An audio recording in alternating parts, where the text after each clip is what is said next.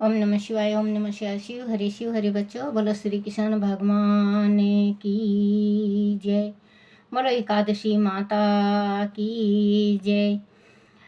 एकादशी माता की कहानी। भादोपद कृष्ण आजा एकादशी। युधिष्ठिर बोले, हे भगवान, आप कृपा करके भादोपद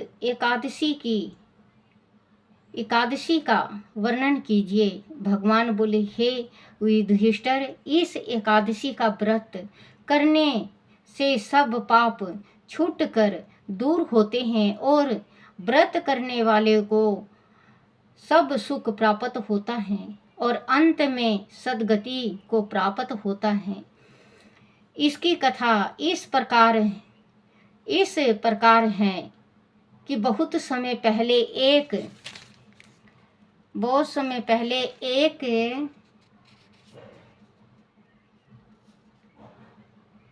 हरिश्चंद्र राजा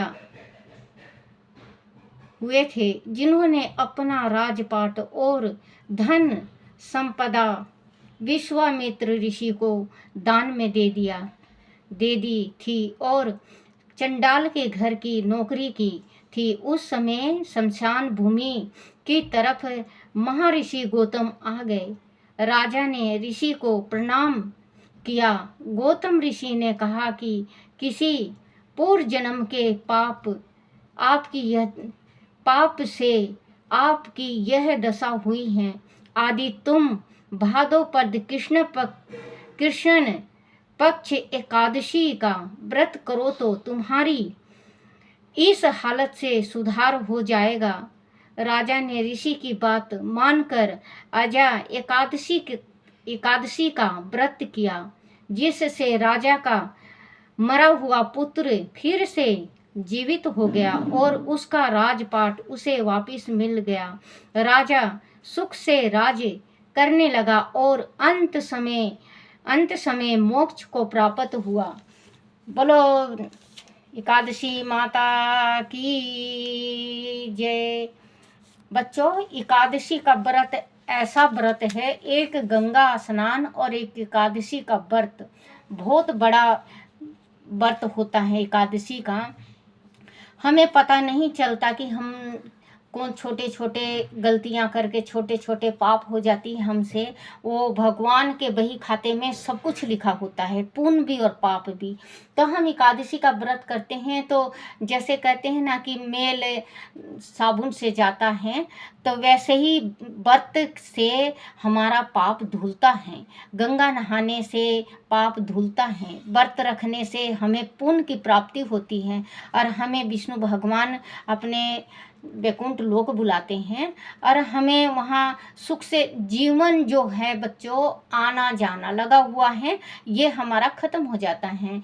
क्योंकि विष्णु लोक जो जाता है वो आवा जावा से है। अगर जो ब्रह्म लोक जाता है वो भी बेटा आवाजाही में रहता है, लेकिन जो वैकुंठ लोक जाता है उसको सद्गति मिलती है। कुछ दिन वैकुंठ का सेवा सत्कार करके फिर इसके बाद वो गौलोक में चला जाता है। जो इंसान एक दफे गौलोक में चला गया, वो जीवन में इस संसार में मृत्यु लोक में उसको जन्म नहीं मिलता। तो विष्णु लोक में भगवान का जो जाता है वो अपने कर्मों के अनुसार जाता है और वो अपना जो कर्म करा होता है उसको सुख भोग के वो मृत्यु लोक में आ जाता है।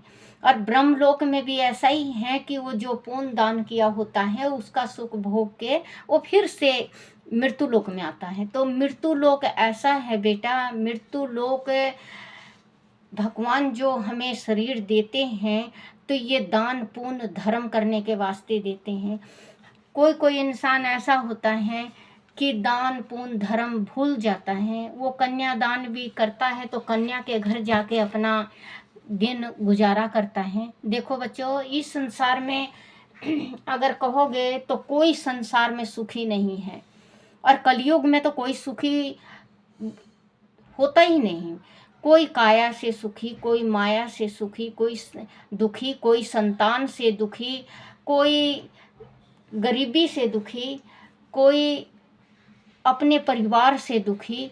इस संसार में जो ये कलयुग है, कलयुग में सब कुछ होगा आपके पास, माया भी होगी, काया भी होगा, धन भी होगा, लेकिन कोई ऐसा चिंता आके सता जाएगा जो शरीर को बीमार बना देगा।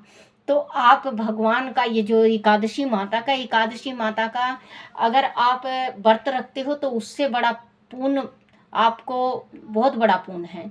और एकादशी का व्रत नहीं रखते हो तो आप एकादशी के दिन एक ये छोटा छोटा कहानी होता है, कहानी कहो और 2 केला और 2 पेड़ा गौ को दो। अगर कोई आपके घर में भूखा आता है, गरीब भीख मांगने वाला, उसको खाना खिला दो। देखो बच्चों, इतना पुण्य मिलेगा। हाँ, चावल खाना नहीं चाहिए, चावल का दोष होता है। आप रोटी सब्जी खिलाओ और खाओ। और अगर व्रत रख सकते हो तो बच्चों, महीने में 2 व्रत आता है, व्रत भी रखो।